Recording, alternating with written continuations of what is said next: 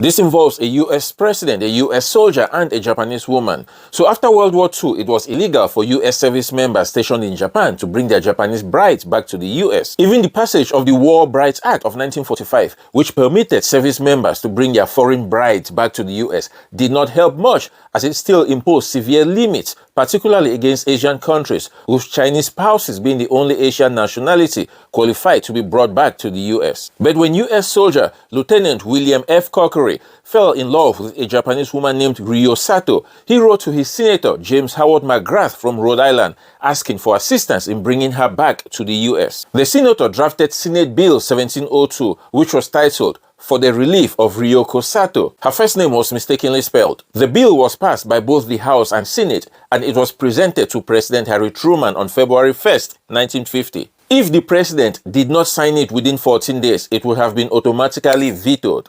So William kept calling Senator McGrath every single day to check on it, but he kept on getting the same answer from the senator, and it was practically this: "The president is an extremely busy man with a lot on his plate. I'm sure he'll get around to it someday."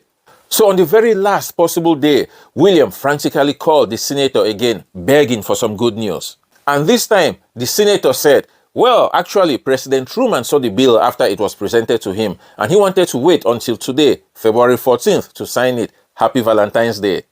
And with the passing of that bill and a few other amendments, Congress then expanded the War Brides Act a few months later in August 1950 to include military spouses of generally every nationality, which then opened the floodgates for thousands of US service members to be reunited with and to bring their sweethearts back to the US with them.